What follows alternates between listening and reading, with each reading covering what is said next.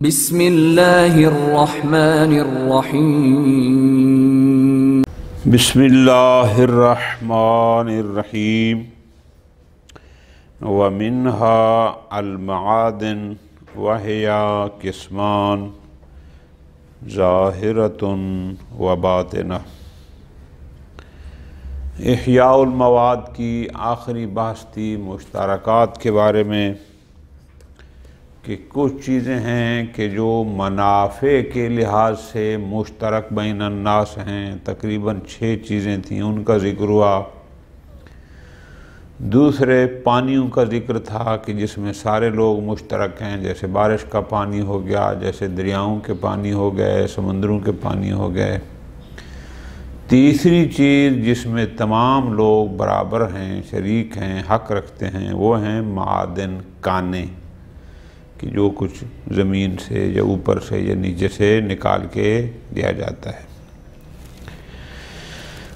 فرماتے ہیں معادن 2 قسم کی ہیں۔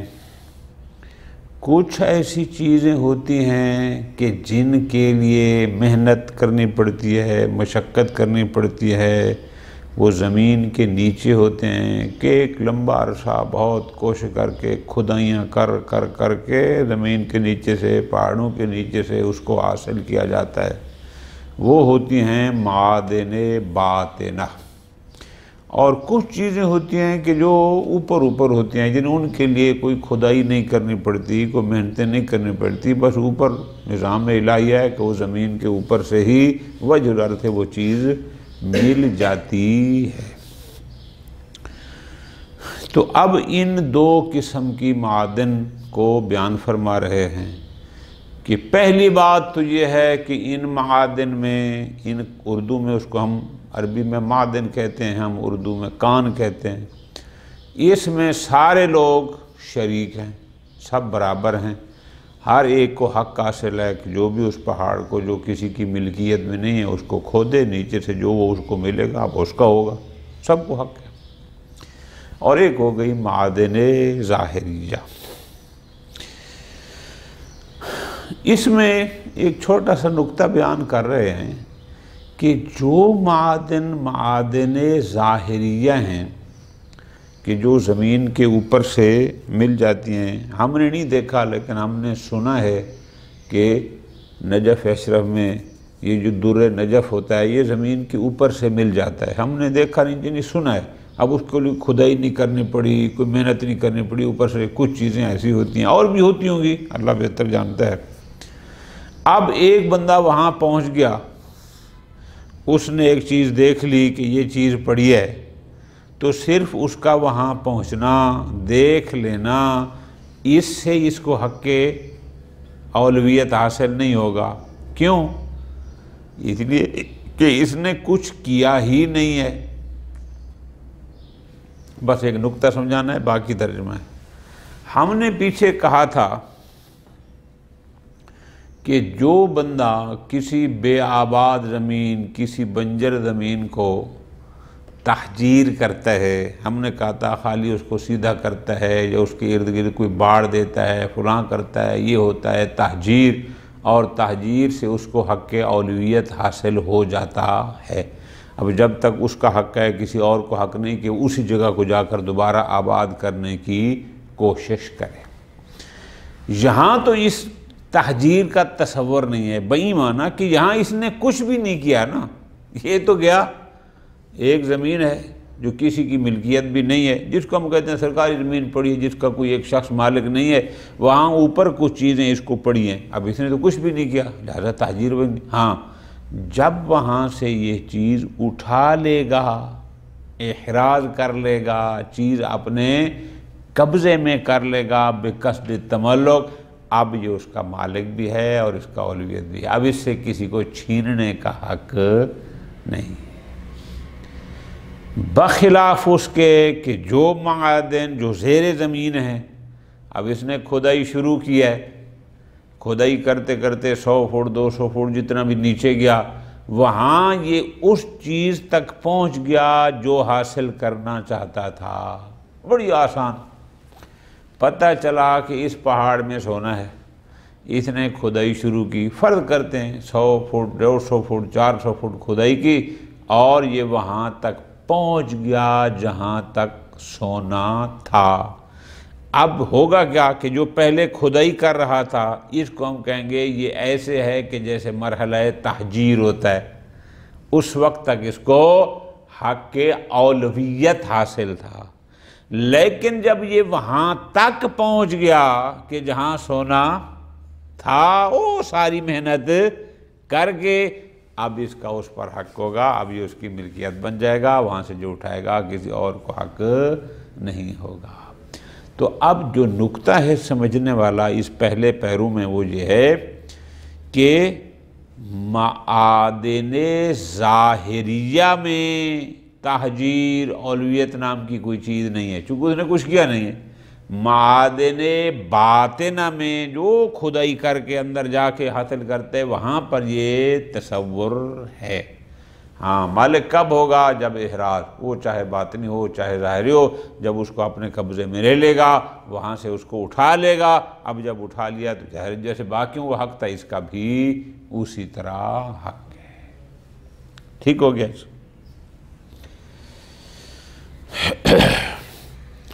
وَمِنْهَا، انہی مشترکات میں سے کہ جس میں سارے لوگ برابر کے شریک ہیں، سب کو برابر کا حق ہے، جیسے 6 چیزیں وہ مشترک المنافع تھیں، پھر پانیوں کا ذکر گزشتہ درس میں آیا، تو آج آخری بحث جو ہے وہ ہے معادن کے بارے میں۔ مشترکات میں سے ایک ہے معادن۔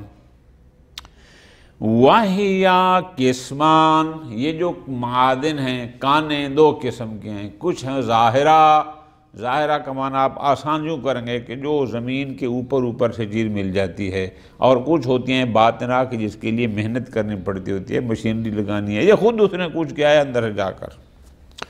وَهِيَ قِسْمَانِ، ظاہرۃ، کچھ معادن ظاہرہ کہلاتی ہیں، وہ کون سی؟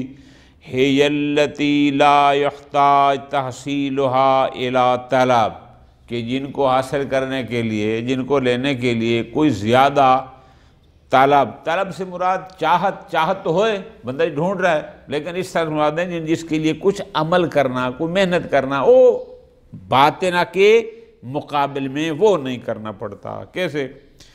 کالی یاقوت، اب یاقوت معروف پتھر ہے، اب ہو سکتا ہے کہ یہ زمین کے اوپر سے ملتا ہو، چونکہ ہمیں اس کی دقیق معلوم نہیں ہے۔ بیرام کہتے ہیں ایک کالے رنگ کا پتھر ہوتا ہے جس سے کوئی برتن شرتن بناتے ہیں، تو ایسی چیزیں بناتے ہیں، یہ بھی زمین کے اوپر سے ملتا ہے، کوئی زیادہ گہرائی میں نہیں جانا پڑتا۔ کیر، یہ بھی وہی، یہ جو لک شک ہوتی ہے یہ بھی اوپر سے ملتی ہے، ٹھیک ہے جی۔ منجد میں دیکھیں گے تو انہوں نے یہ لکھا ہے کہ ایک ایسا مادہ کہ جو لوگ کشتیوں پر لگاتے ہیں تاکہ پانی اندر نہ آئے، جیسے آج کل ہم چھتوں پہ ڈالتے ہیں لوگ شوق تاکہ پانی اندر نہ آئے، تقریباً وہی چیز ہے۔ نفت، مٹی کا تیل ہو گیا، اچھا۔ والملح، یہ نمک، اگرچہ ہمارے کھیوڑے میں تو باقاعدہ کان ہے نا، وہ تو اندر دور تک جاتے ہیں وہاں سے نکال کے، لیکن اوپر سے مل جاتی ہوں گی۔ والکبریت، کبریت کہتے ہیں گندھک کو، یہ بھی ایک مادہ ہوتا ہے۔ واحجار الرحا، یا جو چکیاں بناتے ہیں جو اس کے لیے پتھر شتر ہوتے ہیں۔ وطین الغاسل، اور دھونے والی مٹی، آج کل جیسے آپ شیمپو استعمال کرتے ہیں صابن، تو پہلے ہم نے دیکھا تھا، آج کل بھی شاید کہیں ملتے ہو، وہ ایک مٹی سی ہوتی تھی، اس سے سر دھوتے تھے، تو بڑی اچھی، کہتے ہیں وہ نہانے دھونے والی مٹی، جب صابن نہیں تھے تو وہی مٹی لگاتے تھے اور اس کو باقاعدہ وہ صفائی ہوتی تھی۔ وباطنہ، اور دوسری قسم معادن کی ہے معادن باطنہ، یہ کون سی ہیں؟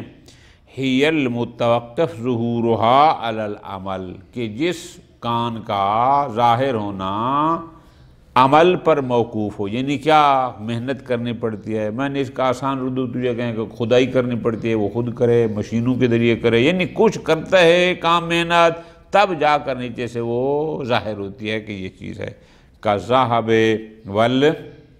سونا ہو گیا، چاندی ہو گیا، لوا ہو گیا، نحاس، تانبا ہو گیا، وررصاص، سیسا، یہ قلی ہو گیا،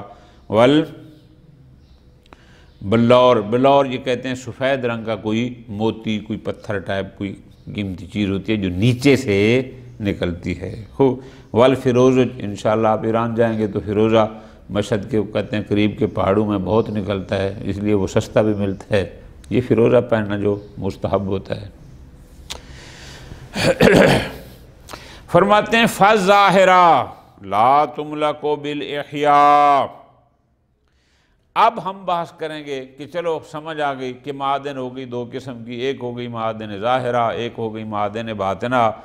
اب یہ ہو گئی مشترکات میں سے کس وقت بندہ کس معادن کا مالک بنتا ہے۔ فرماتے ہیں فَالظَّاهِرَةُ لَا تُمْلَكُ بِالْإِحْيَاءِ، جو معادن ظاہرہ ہیں فقط احیاء کے ذریعے اس کا انسان مالک نہیں بنتا۔ کیوں؟ یعنی اس کی ملکیت میں احیاء کا تصور نہیں ہے۔ وجہ بھئی احیاء کا مطلب ہوتا ہے اس کو ظاہر کرنا، وہ تو پہلے سے ہی ظاہر ہے، تحصیل حاصل۔ فرماتے ہیں لِأَنَّ إِحْيَاءَ الْمَعْدِنِ، چونکہ کسی معدن کا احیاء کا مطلب ہوتا ہے اظہارُہُ، اس کو ظاہر کرنا عمل کے ذریعے۔ ٹھیک ہے جی، یعنی بندہ محنت کرے، کوشش کرے اور وہ معدن جو ہے وہ ظاہر ہو جائے۔ ہوا غیر متصور فی المعادن ظاہرہ، معادن ظاہرہ میں یہ تحصیل حاصل ہے۔ کیوں؟ چونکہ وہ پہلے سے ہی ایک چیز پہلے سے زمین کے اوپر پڑی ہے، تو ہم نے کون سا ایسا عمل کیا کہ ہم نے اس کو کشف کیا، ظاہر کیا کہ دیکھو جی پہلے کسی کو پتہ نہیں تھا، میں نے اتنی محنت کی اور اس کو کشف کیا۔ نہ، ایسا کچھ بھی نہیں، وہ پہلے سے بھی ہے۔ بل بالتحجیر ایضاً، حتیٰ کہ بذریعہ تحجیر بھی انسان اس کا مالک نہیں بنتا۔ کیوں؟ تحجیر لِأَنَّهُ الشُّرُوع بِالْإِحْيَاءِ، تحجیر کا مطلب کیا ہوتا ہے؟ احیاء کا آغاز۔ کئی دفعہ میں نے گزارش کی تھی، وہ جو بنجر زمین تھی، جس بندے نے ٹریکٹر چلا کے زمین کو سیدھا کیا ہے، ابھی احیاء تو نہیں ہوا نا، آغاز احیاء ہے، آباد کاری کا آغاز ہے۔ تحجیر بھی یہی ہے۔ خوب فرماتے ہیں وَإِدَارَةُ نَحْوِ الْحَائِطِ، اگر انسان دیوار طرز کا کام، یعنی وہ مٹی کی دیوار بنائے یا کوئی باڑ لگائے، اس طرح کر کے اس کا ادارہ یعنی اس کو اپنے قبضے میں لے لیتا ہے، تو احیاء للارض، یہ زمین کا احیاء ہوتا ہے۔ یعنی مطلب ایک زمین پڑی ہو، انسان اگر اس کے گرد دیوار سیوار دیتا ہے، باڑ لگاتا ہے، تو یہ احیاء ہے، لیکن علی وجہ، علی وجہ کا مطلب کیا ہے؟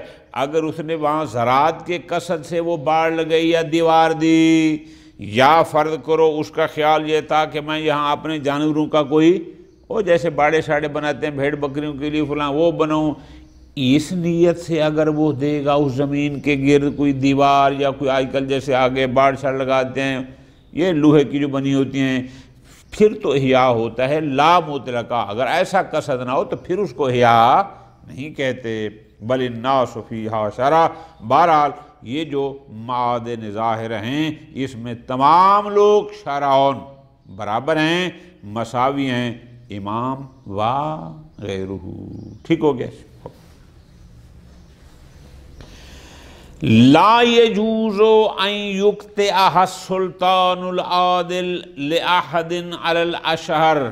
اور یاد ہوگا پیچھے میں نے گزارش بھی کی تھی کہ کچھ زمینیں ہوتی ہیں مقطع کہ جن کو نبی یا امام اپنی مرضی سے کسی ایک کو خاص کرتے کہ یہ ٹکڑا تیرا ہے، پیچھے بات آئی تھی نا۔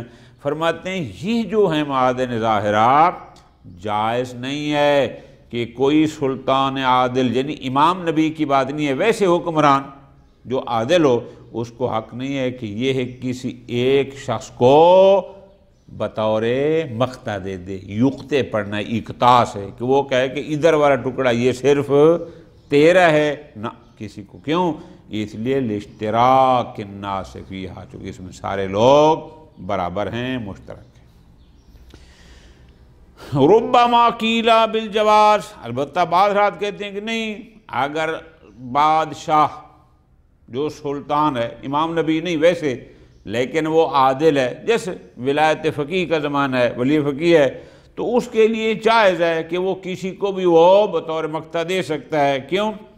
ناظراً الی عموم ولایت ہی، اس لیے کہ بعض کے نزدیک فقیہ کی ولایت وہ عامہ ہوتی ہے ونظر ہی۔ خوب،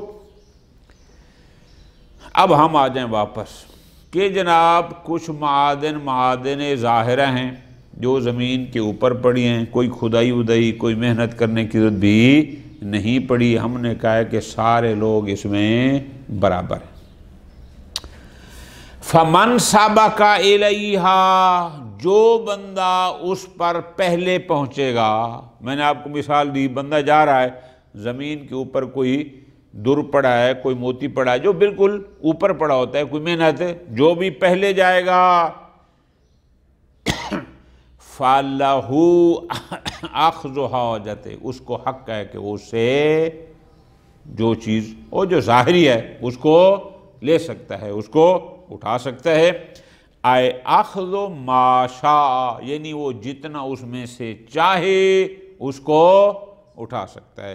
وَإِنْ زَادَ عَمَّا يَحْتَاجُ إِلَيْهِ، چاہے اس کی ضرورت سے زیادہ بھی کیوں نہ ہو، اس لیے کہ جو زمین کے اوپر ہے سارے لوگ برابر ہیں، جیسے باقیوں کا کس کا، تو جتنا اس کا دی چاہے اٹھا لے، چاہے اس کی ضرورت سے زائد بھی کیوں نہ ہو۔ کیوں؟ لِثُبُوتِ الْأَحَقِّیَّةِ بِالسَّابِقِ، اس لیے کہ ہم نے کہا کہ جو پہلے جائے گا وہ احق ہوگا، وہ زیادہ حق رکھتا ہے، تو یہ پہلے پہنچ گیا۔ بس سواء طال زمانہ ام قصرا، اب فرماتے ہیں کہ یہ جو وہاں پر جو پہلے پہنچا ہے، اس کا پہلے پہنچنے کا زمانہ چاہے طویل ہو چاہے کثیر ہو، یعنی بہت دیر ہوگی اس کو پہنچے ہوئے یا بالکل ابھی، اس سے کوئی فرق۔ معیار یہ ہے کہ جو جہاں پہلے پہنچے گا اس کو اس پر زیادہ حق ہے۔ ختم۔ فَإِن تَوَافَيَا عَلَيْهِ دَفْعَةً وَاحِدَةً، اگر ایسا ہوا کہ دو بندے بیک وقت وہاں پر، جیسے ہم نے مثال دی، زمین کے اوپر یاقوت پڑا تھا، آغا حسن اور آغا مظاہر دونوں اکٹھے جا رہے تھے افطاری کا سامان لینے، اور آگے یاقوت پڑا تھا، بیک وقت وہاں پر پہنچے، پوری توجہ۔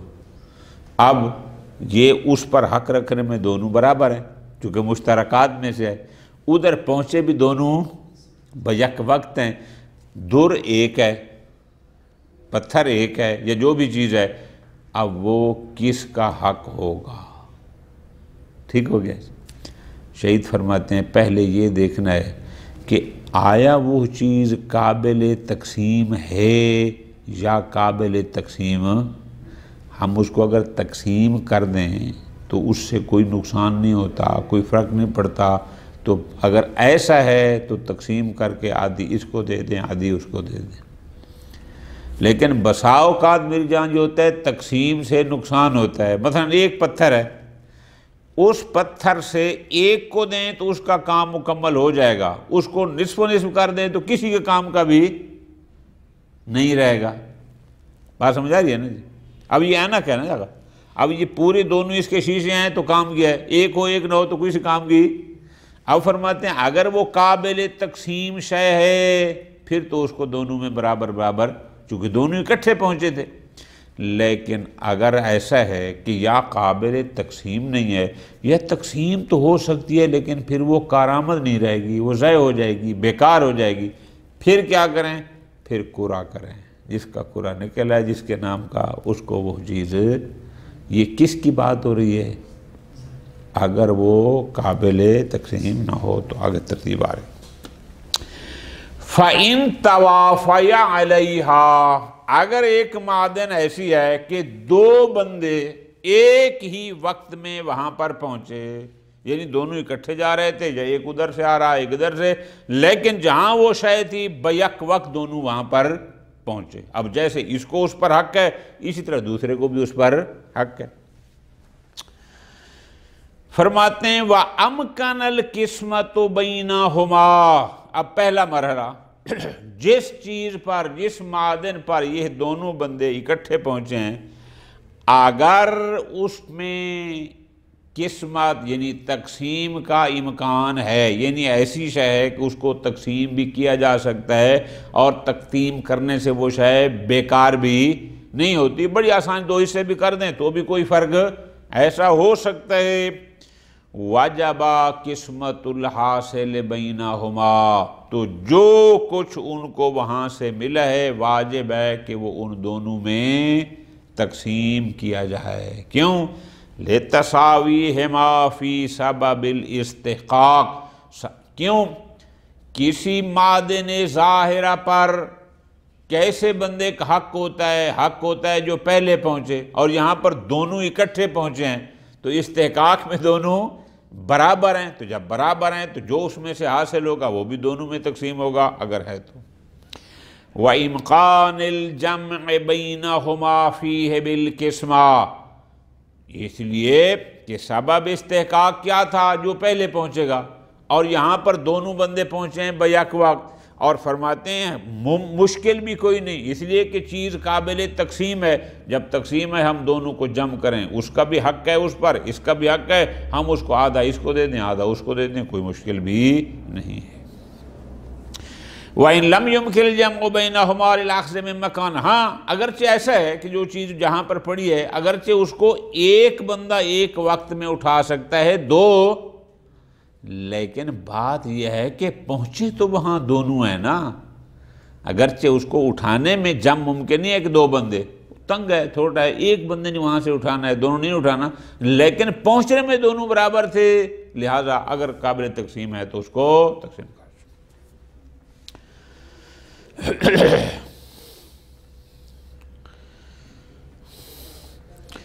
فرماتے ہیں ہاذا، شہید ثانی فرما رہے ہیں یہ جو شہید اول نے بات کی ہے نا کہ اس معدن کو ان دونوں میں تقسیم کرو، یہ کب ہے؟ اذا لم یزد المعدن عن مطلوبہما، کہ اگر وہ معدن ان دونوں کے مطلوب سے زیادہ نہ ہو، یعنی مراد کیا؟ وہ اتنی ہی ہے جتنی اس کو چاہیے اور اس کو چاہیے، یعنی اس کا جو مطلوب ہے اس سے کچھ زیادہ نہیں ہے، بس اتنی ہے کہ اس کی ضرورت پوری ہوتی ہے یا اس کی ہوتی ہے، مطلوب سے زیادہ نہیں۔ وَإِلَّا، لیکن اگر وہ مطلوب سے زیادہ ہے، فرماتے ہیں اشکر القول بالقسمت، پھر وہاں پر شاید تقسیم کی بات مشکل ہو، چونکہ چیز بہت زیادہ ہے۔ کیوں؟ لعدم اختصاصہما بہ، اس لیے کہ جب وہ اس کی ضرورت سے مطلوب سے زیادہ ہے تو وہ جو سامنے پڑی ہے وہ کسی ایک کے ساتھ مختص، وہ جتنی اس کو مطلوب ہے ضرورت ہے اتنی وہ لے لے، دوسری وہ لے لے، کوئی اتنی ہے تو ہے نہیں، یعنی ایک ہوتا ہے نا میری جان، یہ دیکھیں اتنا پتھر ہے بس اس کو بھی اتنا ہی چاہیے 6x6 کا، اس کو بھی اتنا ہی چاہیے، یہ ہو گیا مطلوب کے مطابق۔ ایک ہے کہ نہیں اس سے زیادہ ہے کہیں تو زیادہ ہے، پھر تقسیم کی ضرورت نہیں ہے، ادھر سے وہ لے لے ادھر سے وہ لے لے، بات ختم ہو گئی۔ خوب، یہ بات تو تھی کہ اگر قسمت تقسیم کرنا ممکن ہے تو پہلے ہے وَإِلَّا يُمْكِنُ الْقِسْمَةُ بَيْنَهُمَا، لیکن اگر اس کو تقسیم کرنا ممکن نہ ہو، کیوں؟ لِقِلَّةِ الْمَطْلُوب، اس لیے کہ جو کچھ ملا ہے وہ ہے ہی تھوڑا سا، بہت کم ہے، اول عدم قبول ہی لہا، یا سیرے سے وہ تقسیم کو قبول نہ کرنے کا مطلب میری جان یہ ہوتا ہے کہ ہم تقسیم کریں تو وہ شاید بیکار ہو جائے، اب یہ میری ہے نا کہنا، اب اس کو درمیان میں آپ توڑ دیں تقسیم تو ہو جائے گا لیکن وہ پھر کسی کام کی، اس لیے کہتے ہیں کہ یہ قبولیت تقسیم اس میں نہیں ہے، کرتے ہیں تو بیکار ہو جائے گی۔ اگر ایسا ہے اقرا، پھر اس پر قرا کیا جائے گا کہ کسی ایک کو دے دیں۔ کیوں قرا کس لیے کرنا ہے؟ لاستوائہما فی الاولویت، اس لیے کہ جب دونوں بیک وقت وہاں پر پہنچے تھے تو اس پر حق اولویت میں بھی دونوں برابر ہیں، جیسے اس کو اس پر حق اولویت ہے اس کو بھی اسی طرح ہے۔ وعدم امکان الاشتراک، اچھا ہم دونوں کو مشترک کر لیں کہ بھئی دونوں استعمال کرو، فرض یہ ہے کہ اس میں اشتراک ممکن ایک کے کام آ سکتا ہے، دوسرے کے نہیں آ سکتا۔ واستحالت الترجیح، یہ بھی نہیں ہے کہ ہم اس کو دے دیں اس کو نہ دیں، کیوں؟ ترجیح بلا مرجح، جب دونوں کا حق برابر ہے تو کیسے ہم ایک کو دیں دوسرے کو نہ دیں؟ پھر کیا کریں؟ فَأَشْكَلَ الْمُسْتَحِقُ، تو ہمارے لیے اب کیا مشکل ہوگی کہ اس معدن کا قلیل ہونے کی بنیاد پر یا ناقابل تقسیم ہونے کی بنیاد پر بالآخر اس کا حقیقی مستحق کون ہے؟ جب یہ مشکل ہوگی فعینا بالقرعہ، تو اس مستحق کی تعیین کی جائے گی قرعہ کے ذریعے، کہ جس کے نام کا قرعہ ہوگا وہ اس کو دے دیں گے۔ کیوں؟ لِأَنَّهَا لِكُلِّ أَمْرٍ مشکل، اس لیے کہ قرعہ ہوتا ہی ہر امر مشکل۔ یہ فَمَنْ أَخْرَجَتْهُ الْقُرْعَةُ، جس کے نام کا قرعہ نکل آئے گا، آخذہ اجمع، وہ سارے اسی کو حوالے کر دیں۔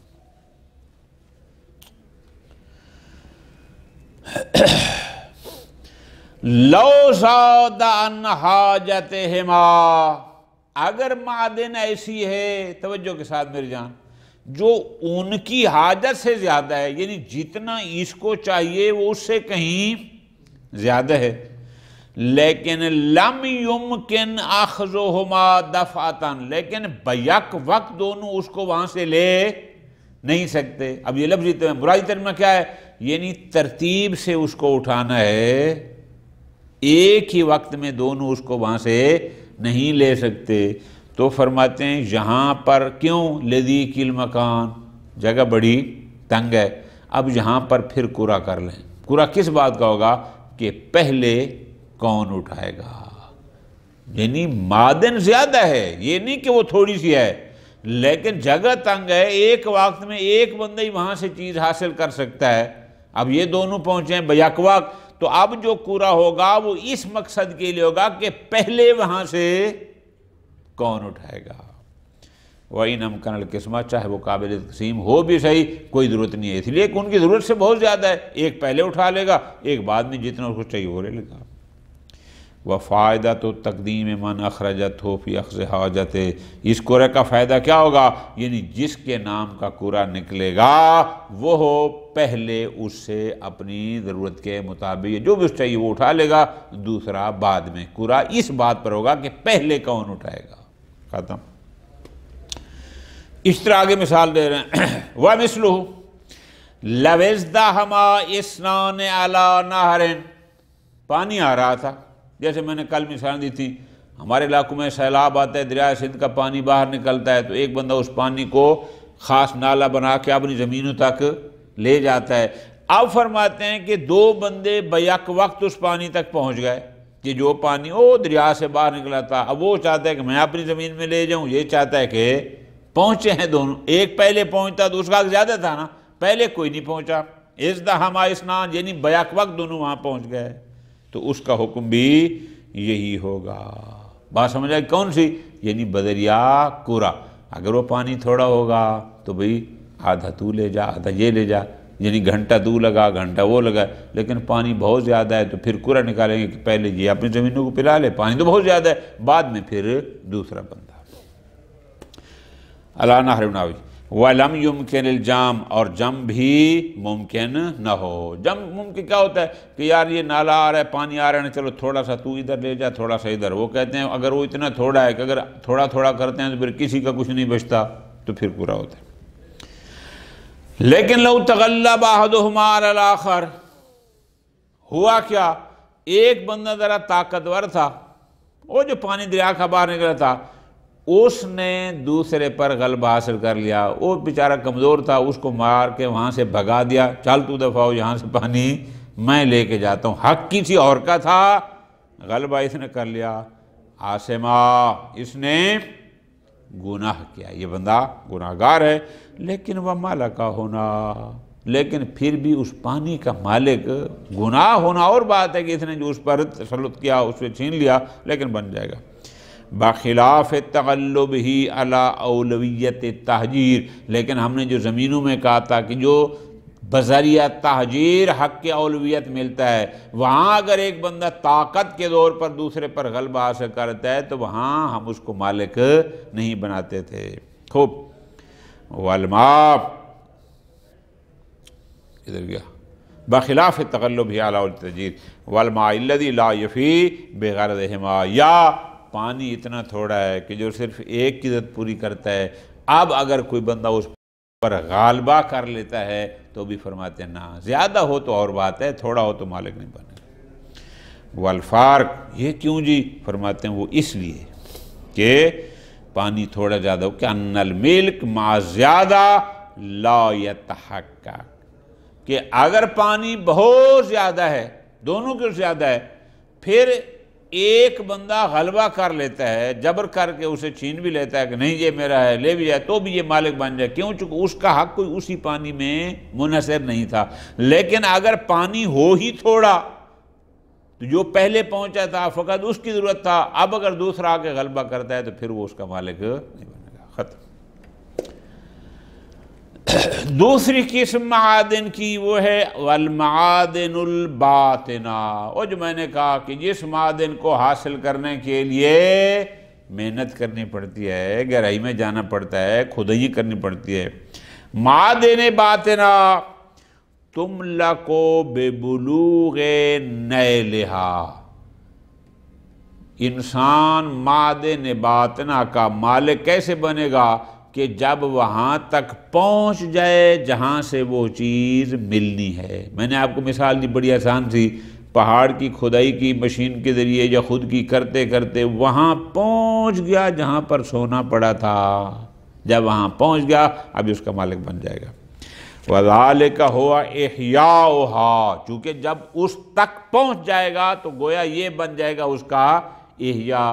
وَمَادُونَهُ، اور جو اس سے پہلے جب کھدائی کر رہا تھا اور ابھی سونے تک پہنچا نہیں ہے، وہ ہو جائے گا ایک قسم کا مرحلہ تہجیر اولویت۔ لو کانت علی وجہ الارض، اگر وہ چیز زمین کے اوپر پڑی ہو، او مستورتن بتراب یسیر، یا اس کی تھوڑی بہت مٹی اس کے اوپر ہو، ہاتھ سے بھی ہٹاؤ تو ہل جاتی ہے، لمبی میں نہیں کرنی پڑتی، لا یصدق معہ الاحیاء، اگر زمین کے اوپر پڑی ہو یا تھوڑی سی مٹی ہو تو اس پر احیاء صادق نہیں آتا، لہذا لم یملک بغیر الحیازہ، جب تک حیازت نہیں کرے گا، جب تک اس کو اپنے قبضے میں نہیں کرے گا تب تک وہ اس کی ملکیت میں، وہ جیسے معدن ظاہرہ کا یہی تھا کہ جب تک اس کو اٹھائے گا نہیں تب تک اس کی ملکیت میں نہیں آئے گا، اس کا حکم بھی یہی ہے۔ ھذا کلہ، یہ جو ہم نے معادن کی دو قسمیں کی، معادن ظاہرہ، معادن باطنہ، کب وہ انسان کی ملکیت میں آتی ہیں، یہ ساری بحث تھی کہ اذا کان المعدن فی ارض مباحہ، کہ اگر وہ معدن اس زمین میں ہو جو زمین اراضی مباحہ میں سے ہے، یعنی کسی کی ملکیتی زمین نہیں ہے۔ فَلَوْ كَانَ فِي أَرْضٍ مَمْلُوكَةٍ، اگر وہ معدن ہے ظاہرہ یا باطنہ لیکن اس زمین پر کہ جو کسی کی مملوک ہے، فَهُوَ بِحُكْمِهَا، تو وہ معدن بھی اس زمین کے، اس ارض کے جو زمین کا مالک ہوگا، معدن کا مالک بھی وہی ہوگا۔ اس طرح فرماتے ہیں لو احیا ارضاً مواطن، ایک بندے نے بے آباد زمین کو آباد کیا، محنت کی، کوشش کی، زمین آباد ہو گئی، فظاہر معدن، وہاں سے کوئی معدن بھی کشف ہو گئی، فَإِنَّهُ يَمْلِكُهُ، یہ محیی، یہ آباد کرنے والا اس معدن کا بھی مالک بن جائے گا، وَإِنْ كَانَ ظَاهِرًا، چاہے وہ زمین کے اوپر بھی کیوں نہ پڑی ہو۔ ہاں الا ان یکون ظہورہ سابقا، ہاں لیکن اگر وہ اس کے احیاء سے پہلے، اس کے آباد کاری سے پہلے ہی ظاہر تھی پھر البتہ اس میں سارے برابر ہیں، لیکن اگر اس کے احیاء کے بعد ظاہر ہوئی ہے تو پھر وہ یہ مالک ہوگا جس نے اس کو آباد کیا ہے۔ وَحَيْثُ يَمْلِكُ الْمَعْدِنَ، جو بندہ جب کسی معدن کا مالک بن جاتا ہے، جس انداز میں بھی بنتا ہے، جب جو شخص کسی معدن کا مالک بن جائے گا، یملک حریمہ، وہ صرف معدن کا مالک نہ ہوگا بلکہ اس کے حریم کا بھی مالک ہوگا۔ وَهُوَ، حریم سے مراد کیا ہے؟ حریم کا مطلب ہے منتہا عروق ہی، عروق کا لفظی معنی ہوتا ہے جڑیں، یعنی وہ اگر فرق کرو کو سونا اس کو ملا تو جہاں تک اس کی آگے ادھر ادھر پھیلا ہوا ہوگا پتھر وہ بھی اس کا حریم ہے۔ وَمَطْرَحُ تُرَابِهِ، ظاہر کھدائی کرے گا تو کہیں اس نے اس کی مٹی ڈالنی ہے یا نہیں ڈالنی، وہ بھی اس کا مالک ہوگا۔ وَطَرِيقُهُ، جو راستہ وہاں تک جائے گا، یعنی جو معدن کا مالک ہوگا تو وہ معدن وہ جہاں تک پھیلی ہوگی اس کا مالک ہوگا، وہاں تک جو راستہ ہے اس کا مالک ہوگا، اسے جو مٹی نکال کے اس جگہ کا بھی الاخر ہے۔ وَمَا يَتَوَقَّفَ عَلَيْهِ عَمَلُهُ إِنْ عَمَلُهُ عِنْدَهُ، اسی طرح فرماتے ہیں وَمَا يَتَوَقَّفَ، اور ہر اس حد تک کہ اس معدن کے لیے، یعنی وہ اس کو حاصل کرنے کے لیے، کام کرنے کے لیے جتنی جگہ اس کو درکار ہوگی۔ دیکھو نا جب آپ پہاڑ کی کھدائی کرتے ہیں فرق کرو تو وہاں سے پتھر نکال کے کہیں پھینکیں گے یا نہیں پھینکیں گے، یا مٹی میں کھدائی کرتے ہیں تو مٹی نکال کے پھینکیں گے، یعنی جب ایک بندہ اس معدن کے پاس کام کر رہا ہے تو اس کام کرنے کے لیے جتنا ایریا اس کام پر موقوف ہوگا وہ سارا اسی کے حساب میں ہوگا جو اس معدن کا مالک بنا ہے۔ ختم۔ وَلَوْ كَانَ الْمَعْدِنُ فِي الْأَرْضِ الْمُخْتَصَّةِ بِالْإِمَامِ علیہ السلام، اگر ایک کان ہے لیکن ہے اس زمین میں جو امام علیہ السلام کے ساتھ مختص ہے، فَهُوَ لَهُ تَبْعًا لَهُ، تو ظاہر ہے جب زمین امام کے ساتھ مختص ہے تو معدن بھی امام کی ہوگی۔ وَالنَّاسُ فِي غَيْرِهِ، لیکن جو زمین امام کے ساتھ مختص نہیں ہے اس میں سارے لوگ شارعٌ سواء، یعنی برابر کے شریک ہیں۔ وقد تقدم الکلام فی باب الخمس، انشاءاللہ احیاء المواد کی بحث مکمل ہوئی، کل دن گی رہی تو سید و صباحہ، صلی اللہ علیہ محمد وآلہ